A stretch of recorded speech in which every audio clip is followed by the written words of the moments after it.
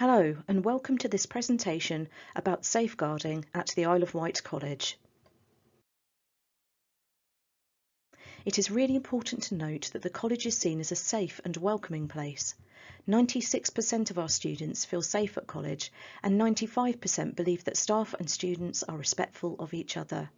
Student behaviour is really good. We have very few incidents of poor behaviour or bullying, and when it does happen, we deal with it swiftly and fairly. Students are treated as adults. However, it's important to note that anyone under the age of 18 is still legally classed as a child, and this places certain responsibilities on us and on you. So what does safeguarding actually mean? Let's have a look.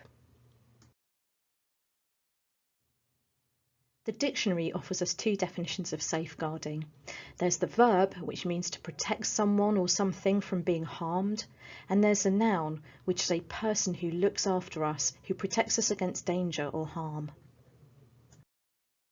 In education and at college, safeguarding is defined as protecting children from maltreatment, preventing the impairment of children's mental and physical health and development, ensuring that children grow up in circumstances consistent with the provision of safe and effective care, and taking action to enable all children have the best outcomes.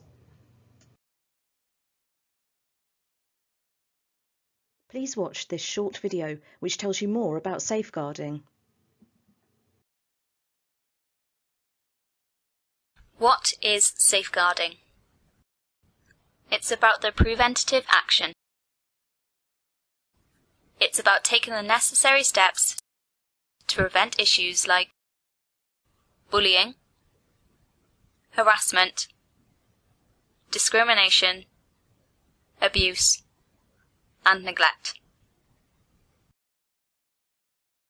Our safeguarding policy aims to promote the safety and well-being of learners and employees, all to ensure we have a safe training environment. We also encourage you to inform us of any problems you have experienced or witnessed. What are the main issues regarding safeguarding? There are 5 main issues: bullying, harassment, discrimination, abuse, neglect. There are different types of bullying, like verbal, physical, by text, or online. Harassment can be in the form of sexual harassment, stalking, or intimidation. Discrimination. This can be any negative attitude or action because of a person's gender, religion, race, or sexual orientation. Abuse can come in the form of sexual, physical, and also emotional abuse. And finally, neglect, by depriving someone of their basic needs, educational needs, or neglecting them psychologically. We feel it is important to work together to ensure that if any of these problems are spotted or suspected, that they are reported so that action can be taken. If you have any issues you would like to discuss, whether they affect yourself or someone else, then you are encouraged to speak to either the centre manager or our safeguarding officer. Any issues raised will be taken seriously and will be treated with discretion.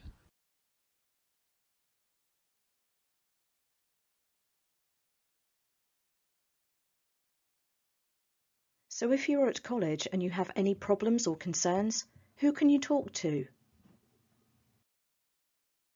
You can talk to any member of the college staff that you trust, but there are certain people who are designated to look after your safeguarding and well-being.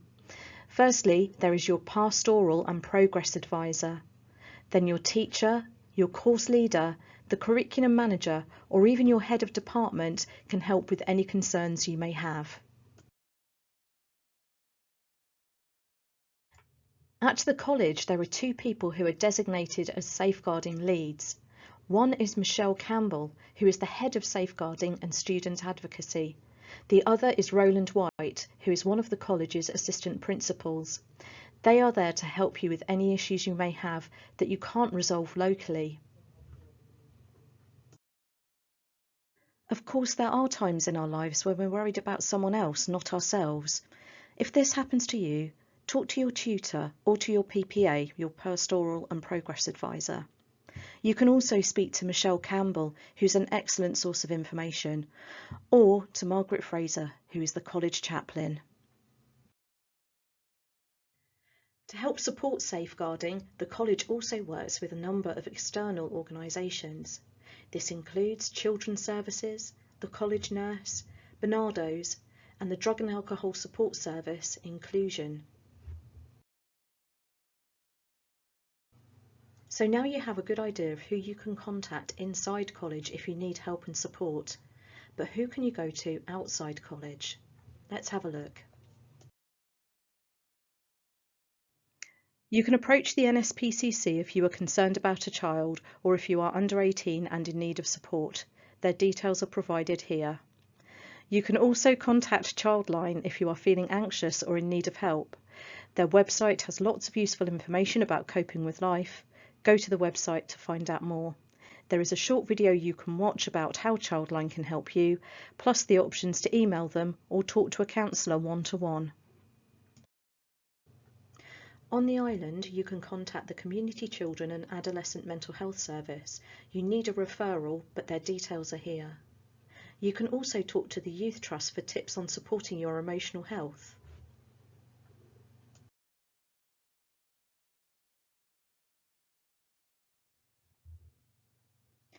Inclusion can also provide you with free support with substance abuse. Their details are here. And online, there is the Space for You Safe Haven, which is for students aged 17 or 18 with additional needs. Find out more from the website.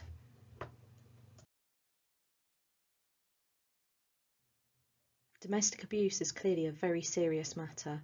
If you need help, here are some helplines that you can call. Of course, remember to talk to a member of the team at college if you feel safe to do so. We'll be able to support you.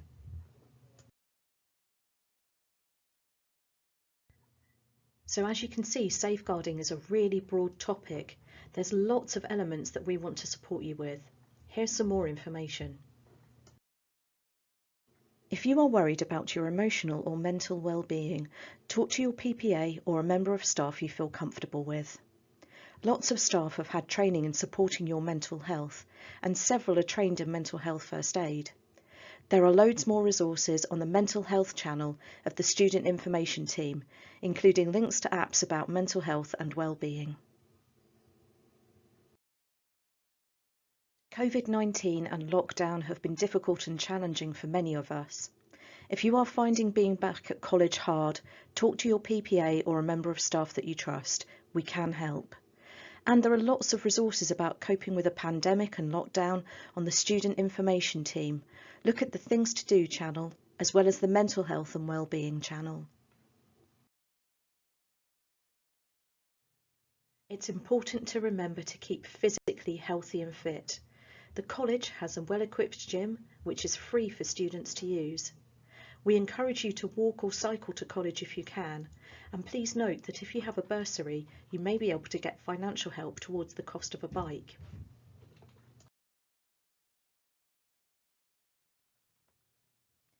Many of you will have grown up with social media, but it's still really important to know how to keep yourself safe online. Visit the Safeguarding channel on the Student Information Team for lots of resources, as well as an e-learning course about how to stay safe online.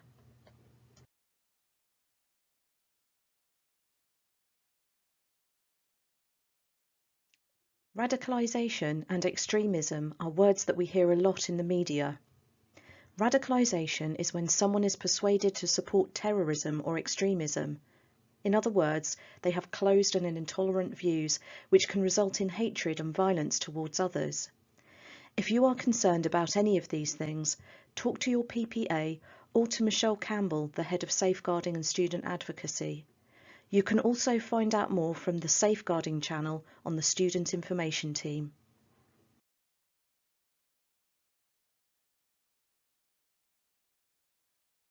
Peer-on-peer abuse includes physical and sexual abuse, sexual harassment and violence, emotional harm, on and offline bullying, teenage relationship abuse, and it can even include grooming children for sexual and criminal exploitation. If you are concerned about yourself or anyone else, speak up immediately. More information about peer-on-peer abuse and how to deal with it can be found on the Safeguarding channel of the Student Information Team.